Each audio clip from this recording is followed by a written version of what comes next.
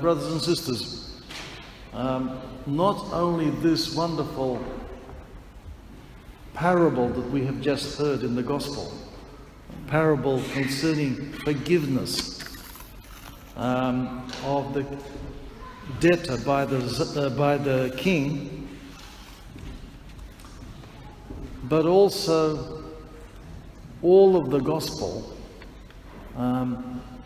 just breathes with forgiveness. Just to remember one of the last things that the Lord said on the cross, what was it? Father, forgive them. The Holy Hierarch, Saint Nicholas Velimirovich, 20th century saint, writes, what would human society be without forgiveness? It would become like a zoological park inside the zoo of nature.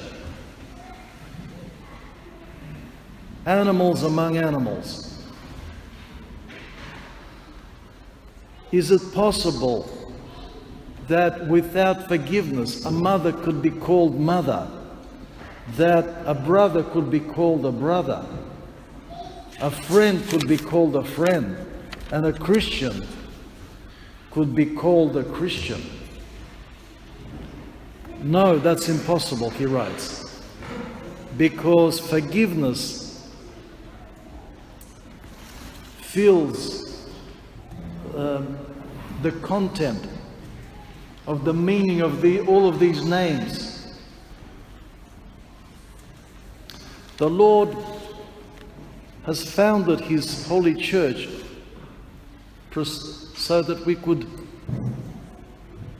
learn forgiveness, carrying each other's burdens, according to the word of St. Paul. And the foundation of the church begins with the miracle of the Lord's, with the miracle at Cana, at the wedding feast in Cana of Galilee. As a matter of fact, we're going to have all of that side covered in frescoes by the end of the year, by November, God willing. And the first one in that corner will be the wedding feast. That's the beginning. Because marriage is an image of our relationship with God Himself, as the gospel, as the whole of the Bible teaches us. Marriage and the Christian family that grows out of marriage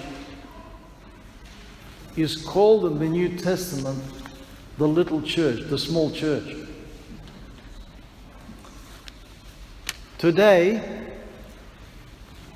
the life of the world that surrounds us is challenging us, is calling us Christians to think about the meaning of marriage. What is marriage? And because today we are given the theme of forgiveness in the parable, let's look at this particular side of marriage. Now, sin has brought into our life pride.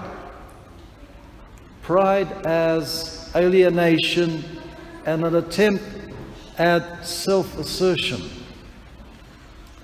In marriage, two souls who are beginning, and I stress beginning, to love one another, also begin to learn to limit their sinful will, to learn to forgive each other, to humble each other, to humble themselves. That is, to limit their pride. If there is no God in marriage, there can be no love, but only a desire. Well, you could put a full stop there, only desire. But I'm saying only a desire to somehow dominate and force the other person to do one's will, and ultimately to possess them. Holy Church teaches concerning the importance of effort, labor, work that we need to do with ourselves in order not to coerce the other person, not to dominate the other person, but to limit our own pride. And this is the message of the wedding crowns, our Orthodox Christian sacrament of crowning, the wedding service.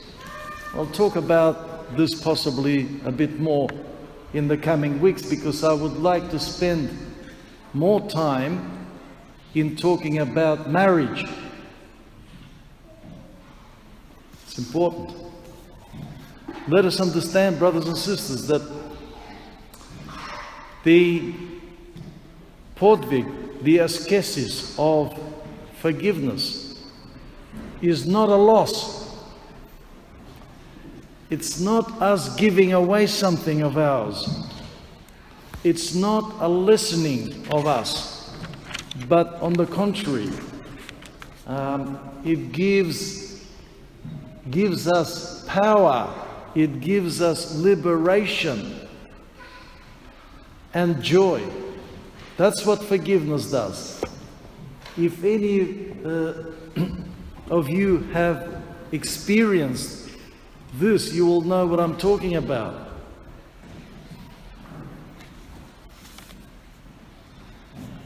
If, however, we have not internalized the theory of which we hear so much in church, in the gospel, about forgiveness, then let us begin to put up with each other, to bear one another's burdens, and to learn to forgive with joy, because it does bring joy. Just try it. It's hard sometimes. Why is it hard to forgive? Because of our pride. We all understand that. But when pride is overcome, it's like this picture here. It's like St. George killing the dragon, because it's Christ killing our dragon. Now, in this life of marriage and family, let us learn to forgive. And let us also learn what the life of our soul with God is about. And let us build our family life of the church here in this parish. Amen.